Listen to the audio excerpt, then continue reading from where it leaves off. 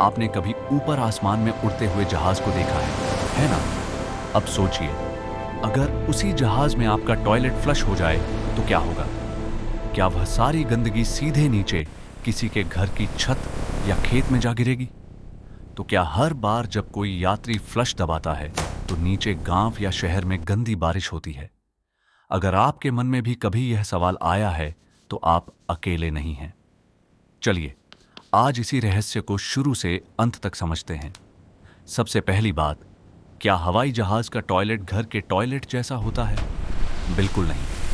घर में आप फ्लश दबाते हैं तो पानी की टंकी का सारा पानी गुरुत्वाकर्षण की मदद से गंदगी को पाइप से बाहर निकाल देता है। लेकिन हवाई जहाज 35,000 फीट की ऊंचाई पर उड़ रहा होता है।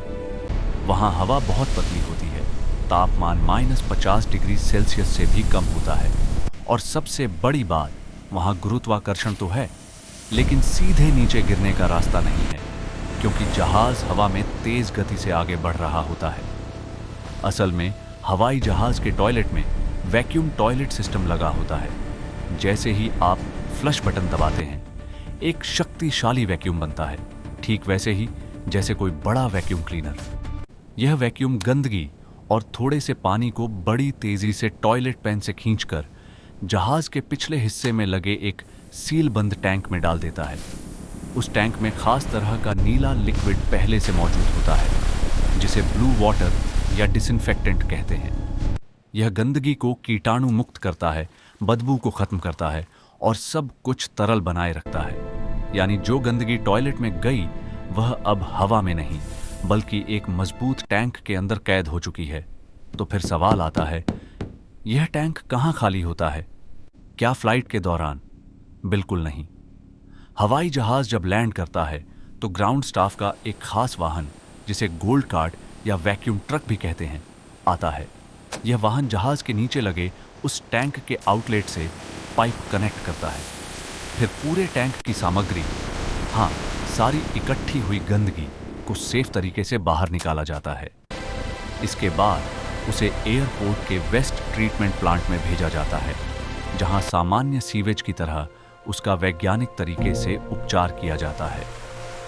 बहुत से लोग सोचते हैं कि पुराने जमाने के कुछ छोटे विमानों में बिना टैंक के सीधे बाहर डिस्चार्ज होता था। यह बात आंशिक रूप से सच है।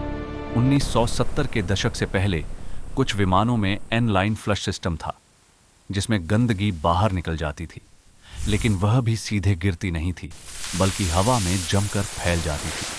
और क्या आप जानते हैं, ऐसा होने पर बर्फ जैसी सफेद चीजें जम जाती थीं, जिन्हें ब्लू आइस कहा जाता था। हाँ, यह सच है, नीले रंग की बर्फ के टुकड़े कभी कभी जमीन पर गिरते थे। लेकिन आज के सभी आधुनिक यात्री विमानों में यह सख्ती से प्रतिबंधित है। नियमों के तहत किसी भी विमान को उड़ान के दौरान टॉयलेट वेस्ट बाहर नहीं निकालने दिया जाता। सोचिए, एक लंबी दूरी की फ्लाइट जैसे दिल्ली से न्यूयॉर्क में 300 से 400 यात्री होते हैं। औसतन हर यात्री कम से कम एक बार टॉयलेट जाता है। इसका मतलब है कि एक उड़ान में 300 से 500 लीटर तक तरल और ठोस कचरा इकट्ठा हो सकता है। लेकिन वह टैंक इतना मजबूत और स्मार्ट तरीके से बना होता है कि बिना किसी रिसाव के सब कुछ सहेज कर रखता है। और हाँ, अगर कभी टैंक में कोई लीकेज हो भी जाए तो भी वह गंदगी नीचे नहीं गिरती, क्योंकि जहाज की ऊंचाई पर हवा इतनी ठंडी होती है कि वह तुरंत जमकर बर्फ जैसी हो जाती है, और वह बर्फ जहाज के पिछले हिस्से पर ही जम जाती है। लेकिन ऐसा होना भी एक बहुत बड़ी तकनीकी खराबी मानी जाती है। तो अब आपको इस सवाल का जवाब मिल गया। हवाई जहाज का टॉयलेट फ्लश करने पर गंदगी आसमान से नहीं गिरती, क्योंकि पहला, वह फ्लश तुरंत एक वैक्यूम सिस्टम से टैंक में चली जाती है। दूसरा, टैंक पूरी तरह सील होता है। तीसरा, टैंक सिर्फ जमीन पर उतरने के बाद ही खाली किया जाता है। और चौथा, अंतर्राष्ट्रीय नियमों के तहत उड़ान में कुछ भी बाहर निकालना गैर कानूनी है। तो अगली बार जब आप हवाई जहाज में फ्लश दबाएं तो चिंता मत कीजिएगा। नीचे खेत में बैठा किसान आपकी वजह से परेशान नहीं होगा। और हाँ, अगर कभी कोई दोस्त या बच्चा आपसे यही सवाल पूछे तो अब आपको एक दिलचस्प कहानी सुनानी आती है। तो कैसा लगा यह रहस्य? अगर ऐसे ही और दिलचस्प सवालों के जवाब चाहिए तो हमसे जुड़े रहिए। धन्यवाद।